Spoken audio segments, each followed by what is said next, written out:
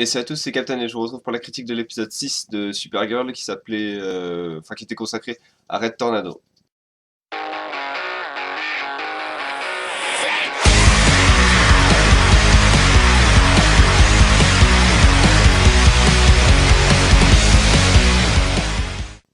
Donc en tant qu'épisode consacré à Red Tornado, c'est un épisode assez faible, mais j'ai trouvé personnellement que c'était avec l'épisode 2 probablement le meilleur épisode de la série pour l'instant, tout simplement.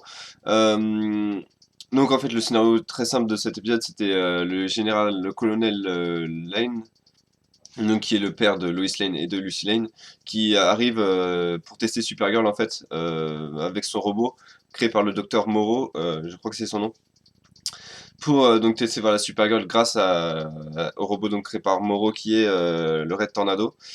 Euh, Pendant ce temps en fait il y a pas mal de trucs qui enfin c'est l'épisode en fait où tout ce qui s'est passé pendant les 5 premiers épisodes et même pendant toute la vie de Kara remonte dans cet épisode, c'est-à-dire qu'il y a toute sa colère qui remonte. Et bah, du coup, elle se lâche un peu sur Red Tornado qui, du coup, utilise une sorte de mode d'urgence ou quoi que ce soit. Et du coup, devient rogue, enfin, c'est-à-dire part de son libre arbitre, etc.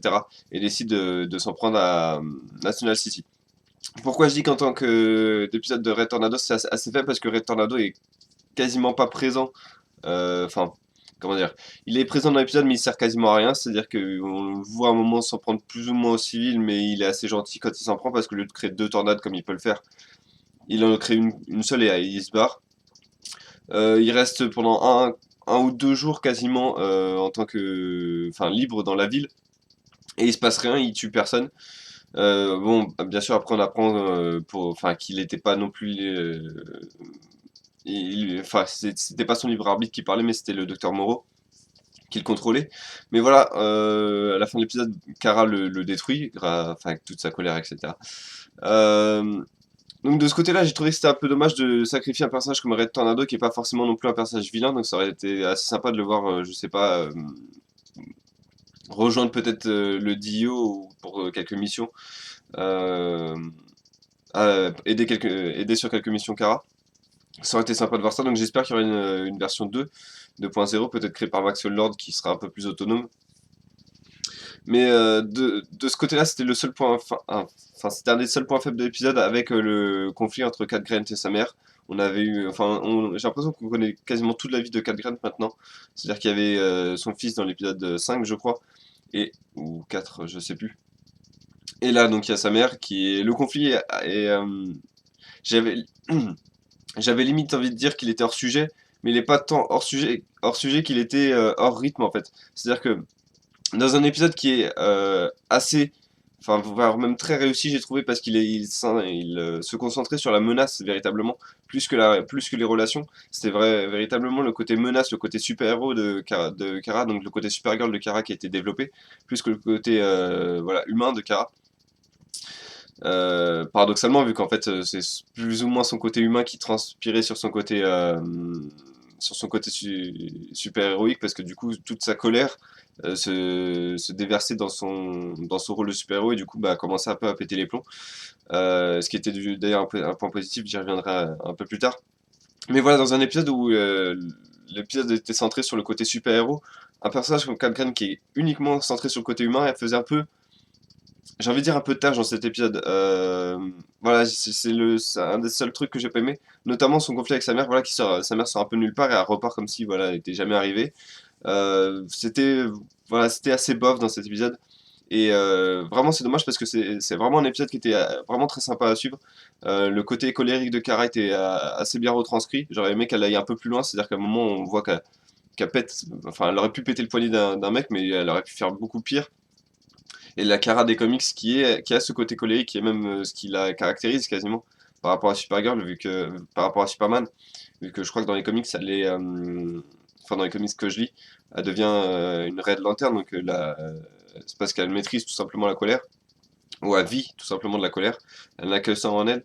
Et c'était assez sympa de voir qu'en fait, j'avais peur que sa colère soit à cause du fait qu'elle n'a pas pu avoir Jimmy Olsen et que Lucy Lane l'ait piqué. Et en fait, au combat final, on se rend compte que c'est plus la colère d'avoir perdu Krypton qui la motive plutôt que Jimmy Olsen, et ça c'était sympa parce qu'encore une fois, ça c'est le personnage des comics. Ça c'est le personnage qui est dans les comics, et c'est pas parce qu'elle a perdu Jimmy Olsen qu'elle est en colère, c'est parce qu'elle a perdu Krypton et qu'elle a perdu tous ses repères au final qu'elle est en colère. À côté de ça, je trouvé également que Red Tornado, lorsqu'il était mis en scène, il était, il était correct, il n'était pas éblouissant de réussite, mais j'ai trouvé voilà, que son côté cyborg était pas très bien représenté, mais enfin, ses pouvoirs étaient bien représentés, avec les tornades qu'il crée, avec ses membres étaient bien réalisés, j'ai trouvé. Pour une première fois, peut-être dans un épisode, le combat était réussi. Pas parce que les chorégraphies étaient super, etc. C'est parce qu'ils ont vraiment tenté quelque chose au niveau du montage. Et ça, c'était sympa de voir qu'il y avait un combat parallèle entre Alex et le docteur Moreau et Supergirl et Red Tornado.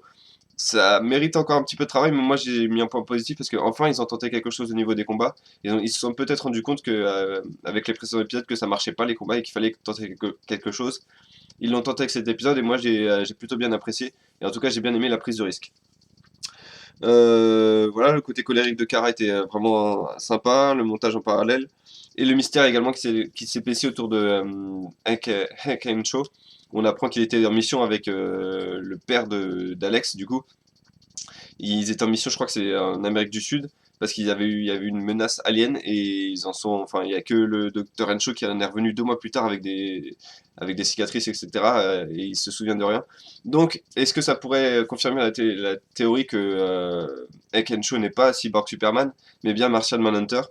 Parce qu'après tout, Martian Manhunter est bien un alien et il a le pouvoir enfin de lire voilà, dans les pensées des gens, de les retravailler. Donc peut-être qu'il a retravaillé la mémoire de Hank Henshaw, ou tout simplement pris sa possession de son corps, vu qu'il peut également se transformer. Et peut-être sans le vouloir, peut-être qu'il n'a pas pu maîtriser ses pouvoirs, etc. Donc voilà le mystère qui s'épaissit autour de Hank Henshaw, la menace également humaine qui est plus présente que la menace alien, avec le colonel Lane qui est un beau salopard. Enfin, Général Lane ou colonel Lane, je sais plus. Maxwell Lord qui a également un ennemi humain. Juste dommage qu'ils aient sacrifié comme ça le docteur Moreau. Ça aurait été sympa de voir un troisième ennemi humain et ça aurait pas été trop parce que vu la façon dont elle se débarrasse assez facilement de Red Tornado, il n'y a pas beaucoup d'ennemis en fait qui peuvent tenir terre à tête supérieure, donc plus d'ennemis il y a, mieux c'est à mon avis. Donc j'ai mis la note de 8,5/10 à cet épisode. Avec l'épisode 2, c'est clairement le meilleur épisode de la saison. Et j'ai vraiment l'impression que voilà, quand la série se concentre sur le côté super-héroïque de Kara, ça marche beaucoup mieux que le côté relation. Là, il y a juste eu une relation mise en avant dans cet épisode, c'est Jimmy Olsen et Lucy Lane. Et à côté, voilà, on n'a pas Kara enfin, on n'a pas Kara et Win, on a juste un peu Maxwell Lord et Alex, et encore, c'est vraiment très très léger. Voilà, j'espère que vous avez aimé cet épisode. Si vous l'avez vu, n'hésitez pas à me le dire dans les commentaires. J'espère que vous avez également aimé cette vidéo. Moi, je vous donne rendez-vous demain, après-demain, pour les épisodes 8 de Flash et Arrow. Je ferai la critique des deux, puisque c'est le crossover annuel entre Flash et Arrow. Donc voilà, j'espère qu'on aura du grand spectacle, et puis j'espère vous retrouver pour cette vidéo-là. Et puis si vous suivez que Supergirl, je vous donne rendez-vous la semaine prochaine pour l'épisode 7. À bientôt!